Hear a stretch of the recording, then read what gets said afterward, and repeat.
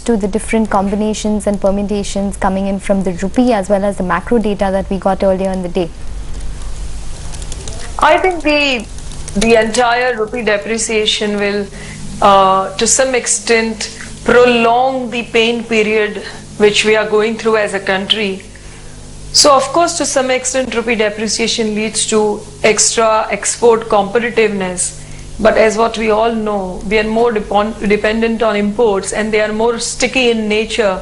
So the after effect of rupee depreciation is definitely being more rigorous on our economy at this juncture than the potential increase in exports, which we may see as our currency becomes more competitive.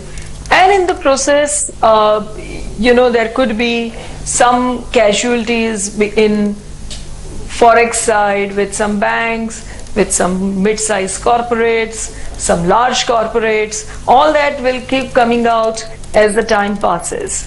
So that is the additional risk that market and some of the companies, investments in some of the companies that markets will have to see. So I think this correction was not only rupee driven, but also there is a larger trend which has been emerging that the developed economies, and particularly of course US, is bouncing back earlier, and entire pack emerging markets, be it India, China, be it some of the BRICS and other Latin American countries, they all are facing much severe downsizing in growth as compared to what was envisaged earlier.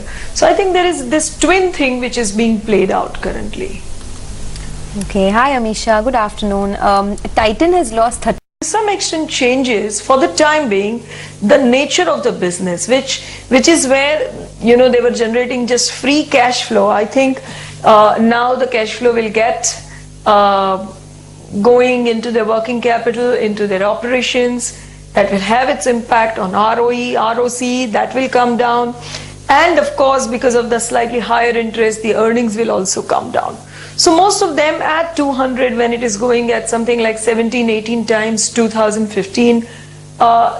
One time looks in the price, but I would suggest that there is a potential that the stock will keep languishing for a while longer before we see how actually government mood is changing in the medium term in terms of taking this gold imports under control. So I think stock, despite the correction, will remain little ignored for a while, and the bounce back will not be so swift. Amisha, just on a related topic, we're seeing a lot of these other Tata stocks actually come off quite significantly in the broader market, say something like a Tata Coffee and a Tata Tele. Is there some amount of news which is doing the rounds on the institutional desk with regards to these counters at all?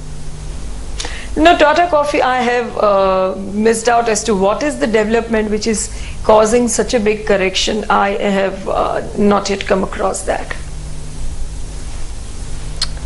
Okay, not just Titan, but a lot of these jewelry makers. TBZ is now down 14%, so it's picked up over there, the volume and the price pressure, and many of the other stocks as well are down and out. But we'll keep tracking the markets for you. Still have about that or we feel that this rupee depreciation, if it stays, will delay the inflation softening in Indian economy. Similarly, the entire advantage of almost 10% plus kind of a fall in commodities, which is what we were factoring in most of these manufacturers, and particularly autos also, will to that extent get nullified. And the capability to pass on any cost push remains very difficult in the current environment, where most of the sales is probably being led by discounts which is being offered and so on and so forth. So definitely for some of these auto companies, apart from the fact that the cost of operating the vehicle goes up with rising diesel and petrol prices if rupee stays here, and the fact that which reduces demand, and the fact that the commodity push will also lead to cost push as compared to what we were envisaging earlier when the rupee had not depreciated. Okay, well, the noise is becoming louder that maybe the government